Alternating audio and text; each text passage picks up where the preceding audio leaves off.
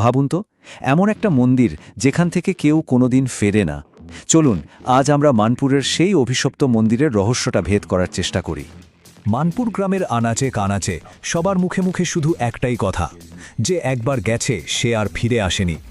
গ্রামের একদম শেষ মাথায় দাঁড়িয়ে থাকা এই কালো মন্দিরটাকে ঘিরে জমে আছে রাজ্যের ভয় আর অমীমাংসিত রহস্য। আর এই পুরনো ভয়টাই আবার নতুন করে জেগে উঠেছে। কিভাবে? পাঁচজন যুবক যুবতী হুট করে উধাও হয়ে গেছে মন্দিরটার কাছ থেকে, যেন মন্দিরের ভয়ঙ্কর ইতিহাসের পাতায় আরও একটা কালো অধ্যায় যোগ হলো। এটা কিন্তু কোনো সাধারণ নিখোঁজ হওয়ার ঘটনা না। পুলিশ ঘটনাস্থলে গিয়ে কি পেয়েছে জানেন? শুধু কয়েকটা ক্যামেরা আর কিছু ছেঁড়া জামা কাপড়। আর সবচেয়ে ভয়ের কথা হলো, গত ৩০ বছর ধরে এই মন্দিরের আশেপাশে ঠিক এভাবেই মানুষ নিখোঁজ হয়ে যাচ্ছে।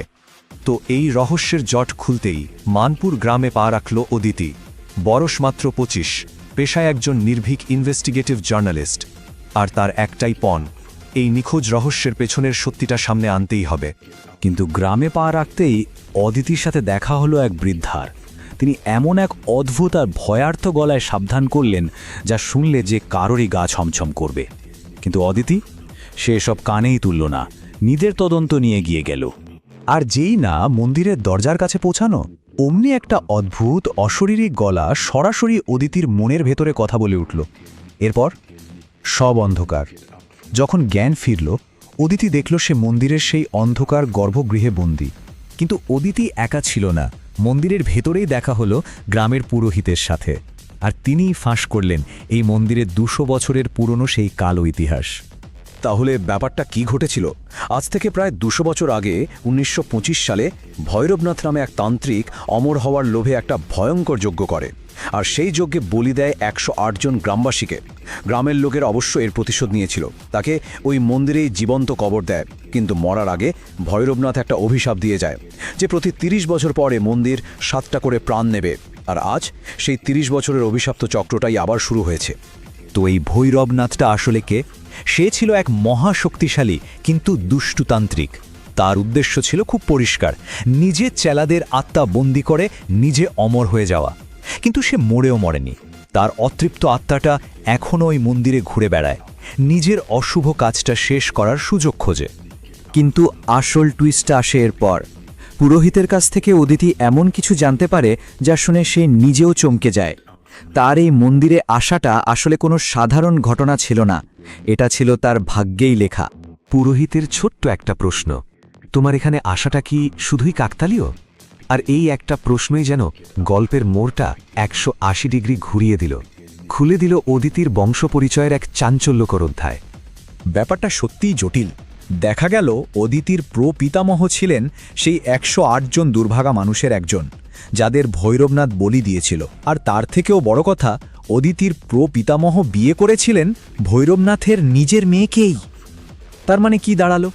অদিতির শরীরে বইছে শিকার আর শিকারী দুজনেরই রক্ত। আর ঠিক এই কারণেই এই অভিশাপ ভাঙার ক্ষমতা একমাত্র তারই আছে। আর এরপরে ভৈরবনাথের অশুভ আত্মার সাথে অদিতির সেই শেষ লড়াইয়ের মঞ্চটা পুরোপুরি তৈরি হয়ে যায়। এই ২০০ বছরের পুরনো অভিশাপ ভাঙাটা সহজ ছিল না। অদিতিকে ৪টে কঠিন ধাপ পেরোতে হয়েছে। প্রথমে মূর্তির পেছনের গোপন তলঘর খুঁজে বের করা, তারপর প্রাচীন চাবি দিয়ে সেই পথ খোলা, এরপর অশুভ শক্তির মূল উৎস ওই কালো পাথরটা খুঁজে বের করা, আর সবশেষে পাথরটা ভেঙে ভৈরবনাথের আত্মাকে ধ্বংস করা। প্রত্যেকটা ধাপ ছিল জীবন মরণের লড়াই। শেষ পর্যন্ত অদিতি সফল হয়। যেই না সে কালো পাথরটা ভাঙে, একটা ভয়ঙ্কর চিৎকারের সাথে ভৈরবনাথের আত্মাটা চিরকালের জন্য মিলিয়ে যায়। মন্দিরটা মুক্ত হয় অভিশাপ থেকে। আর অদিতির প্রপিতামহ সহ সেই ১০৮টা বন্দি আত্মাও অবশেষে মুক্তি পায়। কিন্তু এখানেই গল্প শেষ নয়। ৩ মাস কেটে গেছে, মানপুর গ্রাম আবার স্বাভাবিক জীবনে ফিরছে। ঠিক তখনই গল্পে একটা নতুন মোড় আসে। একটা যুদ্ধ হয়তো শেষ হয়েছে, কিন্তু বোঝা গেল আসল মহাযুদ্ধটা তো সবে শুরু হতে চলেছে। অদিতি একটা রহস্যময় চিঠি পায়, আর তাতে লেখা ছিল, যে কাজ তুমি শুরু করেছ তা অসম্পূর্ণ। ভৈরবনাথ শুধু একজন শিষ্য ছিল, তার গুরু এখনও জীবিত। এই একটা লাইনই বুঝিয়ে দিল বিপদ এখনও কাটেনি, বরং আরও বড় হয়ে ফিরে আসছে। বিপদের মাত্রাটা ঠিক কতটা বেড়েছে একবার ভাবুন তো। ভৈরবনাথ যাকে হারানো হলো সে ছিল 200 বছরের পুরনো, আর তার গুরু কালরাত্রি বাবা সে 500 বছরের পুরনো। ভৈরবনাথের নিয়ন্ত্রণে ছিল মাত্র একটা মন্দির, আর কালরাত্রি বাবার পুরো 108টা অভিশপ্ত মন্দির। মানে যাকে হারানো হয়েছে সে তো এই বিশাল খেলার একটা ছোটখাটো ঘুঁটি মাত্র। 108 সংখ্যাটা শুনেই কেমন চমকে উঠতে হয়, তাই না? ভৈরবনাথের গুরু কালরাত্রি বাবা শুধু একটা দুটো নয়, সারা ভারত জুড়ে এমন 108টা অভিশপ্ত জায়গা নিয়ন্ত্রণ করে। তার মানে লড়াইয়ের ময়দানটা এখন বহুগুণ বড়, আর বিপদটাও অনেক বেশি গভীর।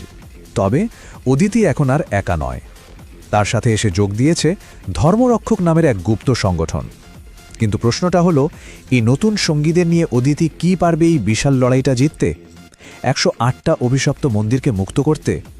তারই যাত্রাটা আমাদের এমন এক মহাকাব্যিক লড়াইয়ের সামনে এনে দাঁড় করিয়েছে, যার শেষটা কি হবে তা এখনও আমাদের অজানা।